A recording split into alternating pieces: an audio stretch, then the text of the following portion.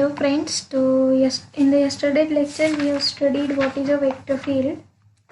So actually what is a vector field? It is simply a collection of all the tangent vector at once at every point P of a E3 space. That means the domain for the vector field is nothing but a whole E3 space, and what is a codomain is union of TP of E3. That means at every point P of E3 we can find out a one tangent vector.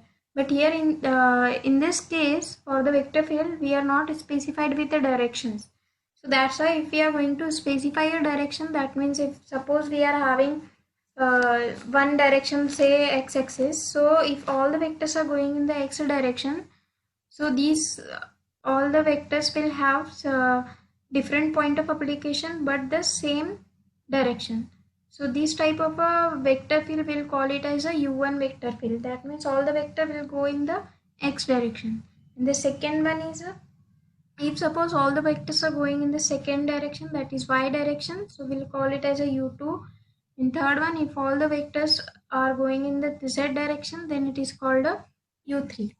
So in general, all these vector field will call it as a natural frame field. That means we know the directions of those vectors. That means either in x, y or z direction. One real life example for the vector field is gravitational field of force. That means if we are going to put anything in the space, obviously that object will fall under the influence of gravity and goes in the downward direction. So all the vectors or all the object whatever we are putting in the space, it will go directly in the direction of downward direction. So in this case we can say this is also one vector field. Another real life example for the vector field will be magnet. That means if you are putting any magnet and in the surrounding, if you pin if we are going to put some pins, so all those pins will go in the direction where you are having a magnet. So here also direction is specified, and that's why all the pins will go in the direction of a magnetic field. Or in another way we can have an electric field. Suppose we are having an electric field, that means all the object will attract in the field of electricity. So these are all the real life examples of the vector field. And in the last lecture we have seen that how to write down any tangent vector in the form of a natural frame field. That we have studied already in the linear algebra, that any tangent vector or any vector in R3 or E3 space can be written in the linear combination of a basis vector. What are your basis vector? Nothing but your two things are required for the basis vector. First one is a linearly independent and second one is a spanning. You know already about a R3 space is nothing but your vector space. So in this case your basis, standard basis, that is 1 0 0 0 1 0 and 0 0 1. If you are having any vector in R3 space, you can write that vector in the linear combination of these three vectors. Okay, so I think we have seen the last example in the last lecture, that if you are having any vector, that vector can be written in the linear combination of natural frame field, that is U1, U2 and U3. Okay, so let us have the second example. Instead of having a tangent vector, see here we are having one vector field, that is vector field. Just now in the last lecture we have seen one theorem that any vector field can be written as a linear combination of U1, U2 and U3 or the natural frame field. So if you are observing this, V is nothing but XU1 plus U3. So coefficient of U2 is absent, so simply we are having V1, V2, V3. That V1 is nothing but X, V2 is 0 and V3 is 1. So another vector field is provided to us, that is W. So what is W? W is provided to here as W is equal to 2x square U1 plus 5U2 plus Z U3. So what is a coefficient for U1? That is our V1 is 2x square, V2 is Y and V3 is Z. So we are provided with these two vector fields. Now we have to find out the combination, that is xw minus x square v, and find the value of this vector field at a point P is equals to -1, 0 and 3. So first we will write down this xw minus x square v. So simply you have to multiply by x to our vector field W, and the second one we have to multiply by x square to V, and then we have to subtract. After doing all those operations, you can see we have this one. So we got, as after multiplying we get x cube u1 plus xy u2 plus xz minus x square u3.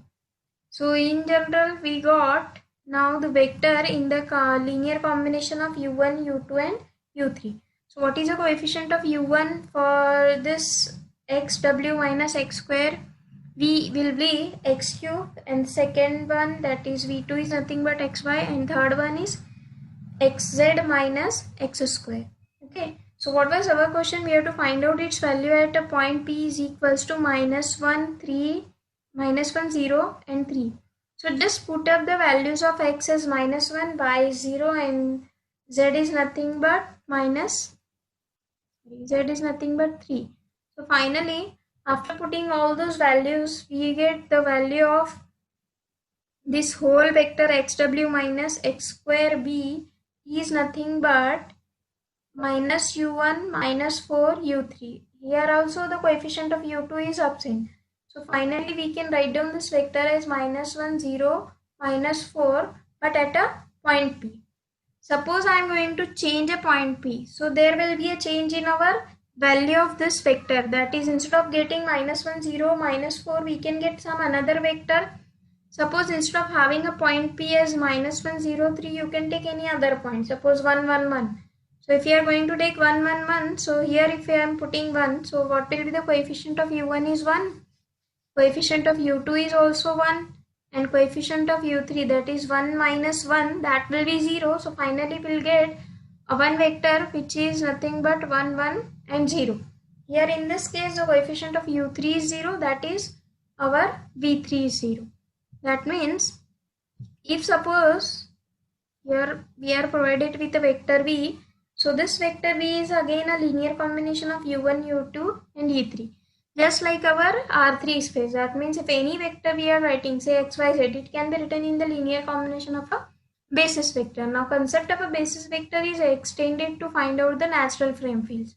So here also W is nothing but one vector field. Now combination of these two vector field is again a vector field. You can see here we have x cube u1, xy u2, and the next one is xz minus x square u3. So in the linear combination of a vector field is also one vector field. But if you want to evaluate the value of this vector field at a point P, so at that time we'll get a one specified vector or a particular vector. So if we are going to change a point P, the direction also changes. Rather, we'll get some different vector. Okay. So the next example is, suppose we are having some another vector field, that is V and W is equals to these two vector field. Now find out the function f and g such that fv plus gw can be expressed in terms of u2 and u3 only. Okay, we have to find out some functions f and g in such a way that those whole combination fv plus gw, now it should be written in the combination of u2 and u3 only. Now initially if you go through the last example, what we have here, this x and minus x square, these are nothing but our real valued functions. Okay, if you observe the last example, here we have written say minus 5vp plus 5vp minus 3wp. So this will be simply 10u1 minus 8u2 plus 4u3. That is simply one vector as 10 minus 8, 4, which can be plotted on a E3 space. So in this case, the coefficient of V and W are nothing but our scalar. But if you are going to extend the idea of those tangent vector to our vector field, at that time, instead of having those scalar, we have to change those scalar to a some function. But what is the value of those function? These functions should be some real valued function. So if you are observing this x is nothing but our real valued function, and x square is also one real valued function. So here we have to find out some function f and g in such a way that the resultant of these two vector field, the linear combination of those two vector fields should be written in the linear combination of u2 and u3 only. Okay, so suppose we have written one function fe plus gw. At this position we have this combination fy square plus gx square. Now we are going to collect the coefficients of u1, u2 and u3. After collecting the coefficients of u1, u2, u3, we get this equation. So what is the coefficient of u1 is fy square plus gx square. Coefficient of u2 is minus gz and coefficient of u3 is minus fx square. So after finding this, what is our aim to find out the functions f and g in such a way that fv plus gw can be written in the combination of u2 and u3 only. So if I want to write down the sum vector in the combination of u2 and u3 only, so what should be the coefficient of u1? It should be 0. So that's why what should be fy square plus gx square? It should be 0. All other will put as it is. That is coefficient of u2 will be 0 and coefficient of u3 it is also again as it is. That is minus fx square. Okay. So now we are getting one equation, that is fy square plus gx square is equal to 0. That is nothing but our coefficient of u1. Why we have put it as a 0? Because we want to write down this whole fe plus gw in the linear combination of u2 and u3 only. So after writing this, we can solve this equation, that is fy square plus gx square is equal to 0. Now already you know how to solve these type of equations, that if you are having any two variables and only one equation, two variable with one equation, it should have infinitely many solution. If suppose you are having two equation with two variables, at that time you can go to the cases. That means firstly it may have unique solution, infinitely many, or no solution. But in this case we are having only one equation with two variable. That means we can get infinitely many solution. Just like suppose I am going to change the value of x, correspondingly I will get some value of y. So as I am going to change the values of x, correspondingly I will have some different value of y. So all those collections I can have infinitely many solution for this equation. So in this case what I am getting the value of f and g. So we can write f as minus x square into h and g is nothing but h into y square, where h is any real valued function. So we can write now f is equals to some function x square into some another function. So in whatever the equation we are getting here, fy square is equal to minus gx square. So f is written in the combination of x square and g is written in the form of y square. Okay. So let us go for the next concept that is very important for our differential geometry paper, that is directional derivative. Before going to directional derivative, we must know what is a ordinary derivative and partial derivative. Okay. So what is an ordinary derivative? Here in this case we are finding only rate of change in only one direction. That means if you are going to find out dy by dx, at that time we are having rate of change of some dependent variable with respect to only one independent variable.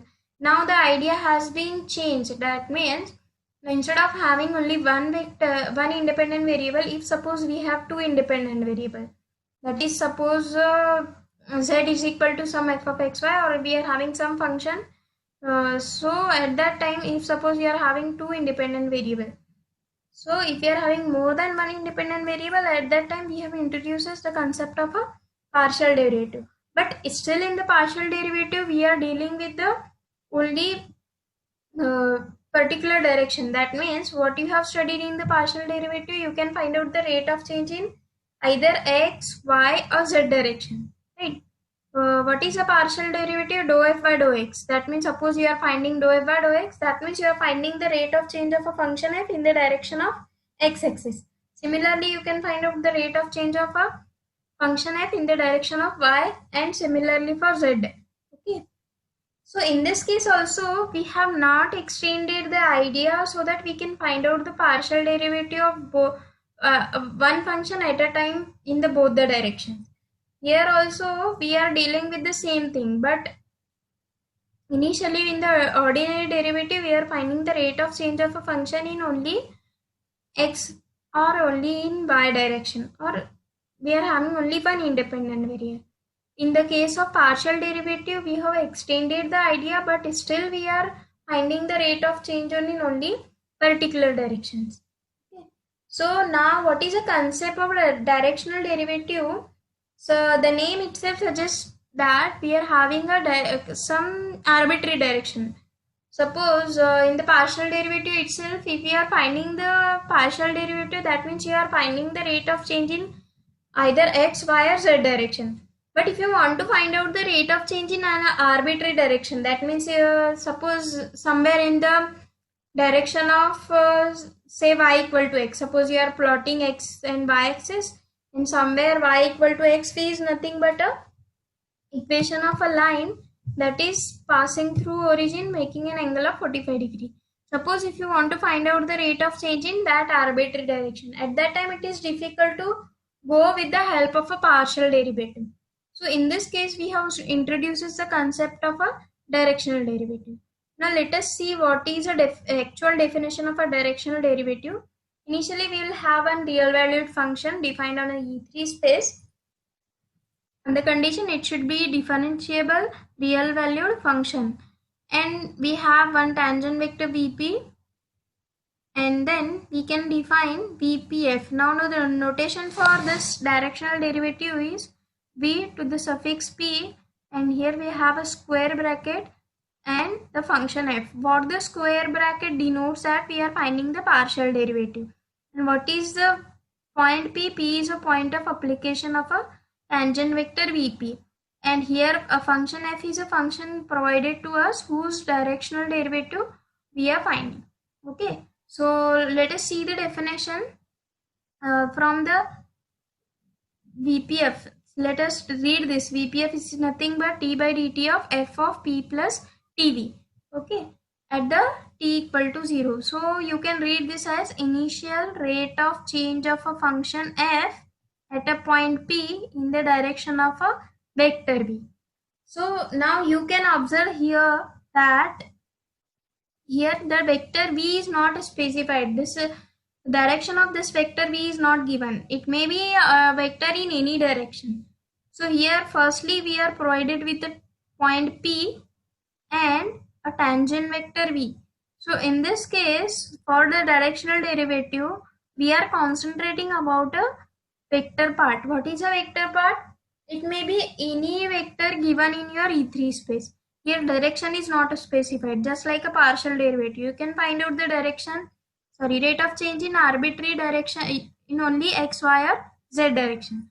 But in the case of directional derivative, you can find out the rate of change in arbitrary direction. So how we are going to read this formula as initial rate of change. That means at t equal to 0. Initial rate of change. Rate of change means what? You are finding the derivative, that is d by dt of a function f. That is a function f is evaluated at a point p and in the direction of a tangent vector p. So first we have to find out a value of p plus tv, then find out f of p plus tv, then find out a derivative with respect to t, and then put t equal to 0. So combine all this formula will give you the directional derivative. Okay, after finding this directional derivative, let us go with one example. Before going to example, let us have how it geometrically looks. In the next lecture, no doubt I am going to give you how the directional derivative is going to have the directional derivative will look like with the help of a board and all. Okay, so actually you can see here we are having a tangent vector vp with initial point p and p plus v. So somewhere in between p and p plus v we have p plus tv. So what is this t? T is a one parameter. Now in the last lecture of in the last live lecture I have discussed you that what is a constant, what is variable, what is a parameter. Parameter is one thing which is going to vary in the particular interval. So somewhere in between p and p plus v, we'll get f of p plus tv. And image of p plus tv you can plot. This will be f of p plus tv. So let us evaluate the VPF, or a directional derivative of function f in the direction of a tangent vector VP. So how you are going to read this VPF is nothing but directional derivative of a function f in the direction of a tangent vector VP. Okay, so this notation of a square bracket denotes that you are finding the directional derivative. Let us have a function f is equals to y square into z, and we have to evaluate the value at p and v are provided to us. Now what we have to do, first we have to find out p plus tv. If you go through the formula, see the formula what we have.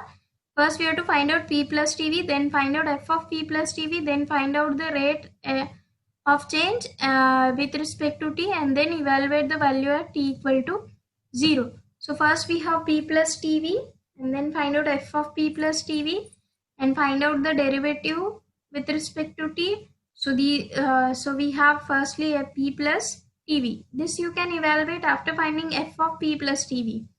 Sorry, p plus tv. This is x, y, and z coordinates. Okay. So what is y square? Y square is nothing but your minus t its square, and next is given to us is z, that is minus 1 plus 3 into t. So after finding this, we'll get minus 2t plus 9 t square. Now you have to evaluate the value at t equal to 0. So finally we'll get VPF is equals to 0. But this is the value only in the direction of vector v. Suppose I am going to change a vector part, that is v is equal to some another vector, say 1, 2, and 3.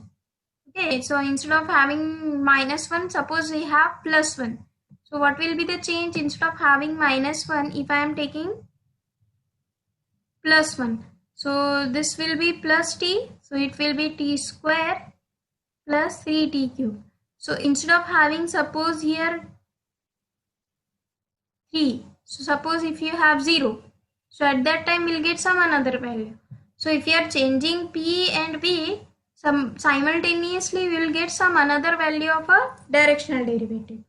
So in this case, what you have studied VPF, that is VPF, how you are going to read? This is nothing but the rate of change, that is initial rate of change of a function f at a point p in the direction of v. Here p and v are given to us. Suppose I am taking some another value of p and v, you can evaluate, you can check for the same example, you can change the values of p and v, you will get some another value of a directional derivative. So this is what a property. Here we can change the tangent vector v. So as I am going to change a vector v, I will get some different value. Okay, so this here VPF, that is directional derivative function f in the direction of a tangent vector VP, the value we are getting it is 0. Let us go back what you have studied. If suppose you are having a derivative of any function, if it is 0, what do you mean by that function? That function is some constant function. But here in this case, this function at these 2 points p and v, that we are provided with this 2, 0, minus 1 and 2, minus 1, 3. In this case only your function will be 0. But if suppose you are changing the values of p and v's, at that time you will get some another value of a directional derivative. Okay. So the next example is nothing but e raised to x into cos y. Here also first you have to evaluate p plus tv. After finding p plus tv, evaluate f of p plus tv. So f of p plus tv, e raised to x. So value of x is 2 plus 2t, and cos of e raised to x into cos y. So what is the value of y is minus t. After finding all this, we have to first find out the derivative with respect to t, and then put t equal to 0, and finally you will get the directional derivative of function f at a point p in the direction of v will be 2e square. In this case, p and v are the same vectors which we have studied, which we have taken for the last example. Okay, you can solve these type of examples now. Now let us go for the one theorem related to our directional derivative. Okay, so firstly I want to tell you that what is a directional derivative. It will give the rate of change of a function in arbitrary direction, and this arbitrary direction we are going to specify with the help of a tangent vector Vp. What is a tangent vector Vp? It has some point of application P and some vector part B. And how we are going to denote this? With the help of Vp.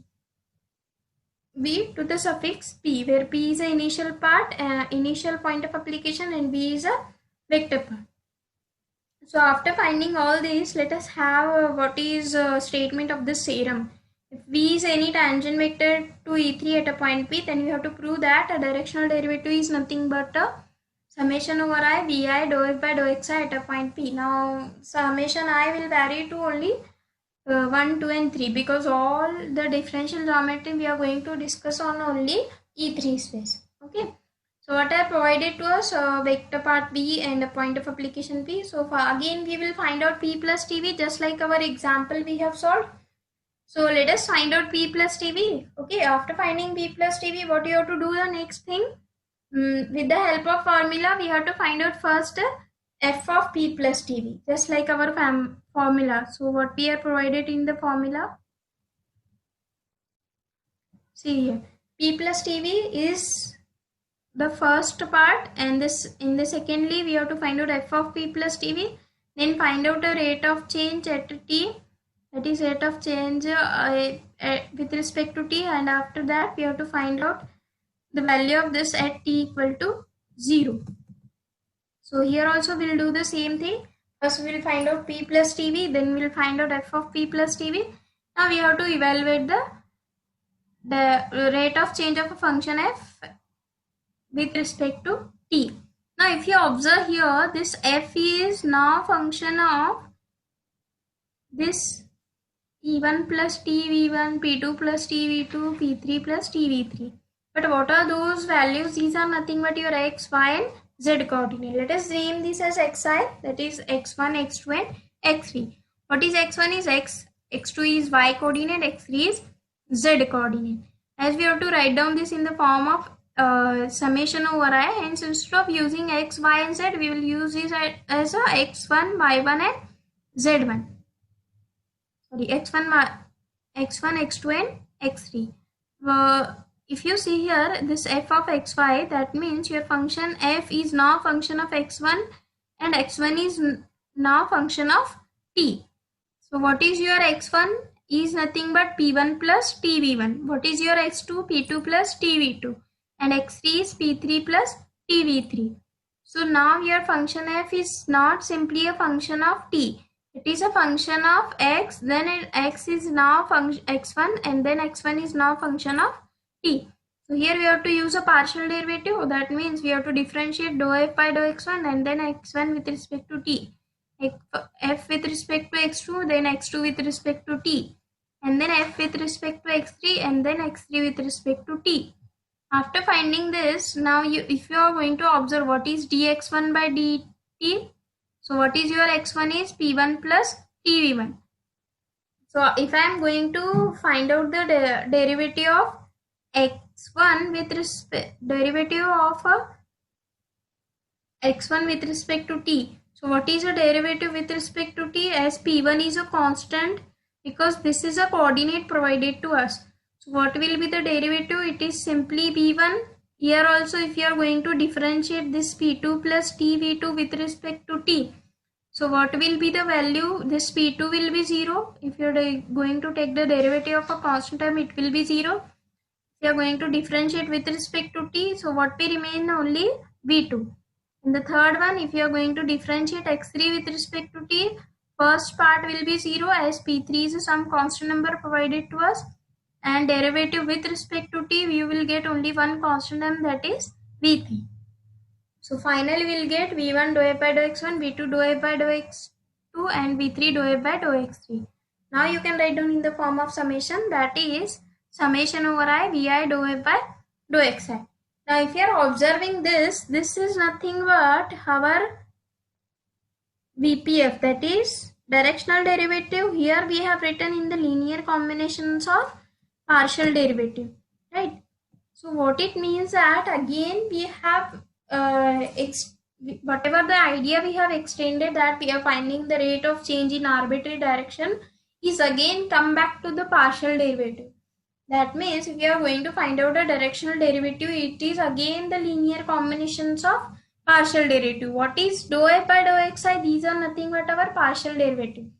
If you are finding dou f by dou x1, it is the rate of change in x direction, and dou f by dou x2, that is rate of change in y direction, and dou f by dou x3, that means it is rate of change in z direction. What are those vi? These are nothing but your constant term. That is, if suppose a vector v is given to us, v1, v2, v3, these are nothing but your x, y and z coordinate. So what are x, y, z coordinate? Initially we have studied what are x, y, z. These are nothing but the real valued function defined on E3 space. So here we get our directional derivative is nothing but the linear combinations of partial derivative. Just like our any vector v can be written as a linear combinations of natural frame fields. So here also we can write directional derivative as a linear combinations of partial derivative. Okay, so let us have an example with the help of this. Whatever the example we have solved with the help of a definition, we'll solve with the help of this formula, that is summation over I vi dou f by dou xi. Now you have to first specify what are the values of vi. That is v1 is 2, v2 is -1 and v3 is 3. So just write down 2, -1, 3 and then find out dou f by dou x1, dou f by dou x2 and dou f by dou x3.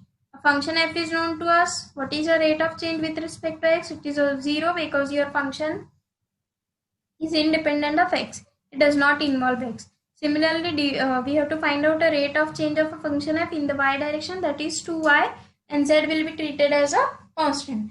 And in the next part, that is you have to evaluate the derivative of a function f with respect to z or with respect to x3. At that time, y square will be treated as a constant, and these 3, -1 and 2 are nothing but your coordinates of your vector part v. And finally, we will get one value, that is -2yz plus 3y square, but you have to evaluate this at a point P. What is your point P? 2, 0, -1. And finally, again we get the same answer that we have solved with the help of a formula, directional derivative, VPF. So here also you can see the next example we have solved with the help of again vi dou f by dou xi. Okay. So what we have seen in this lecture is we have to find out a directional derivative, how to find out a directional derivative with the help of a formula, and the secondly how to find out the directional derivative with the help of a partial derivative.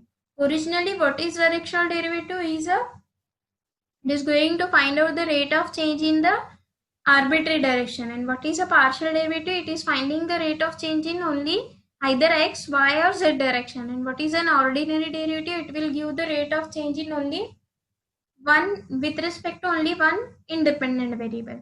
And if independent variable are more, we will go to partial derivative, and if you want to find out in arbitrary direction, we will go for a directional derivative. So in the next lecture, we'll see what are the properties of a directional derivative. Okay, just like our properties of our ordinary derivative, we will see them properties of a directional derivative.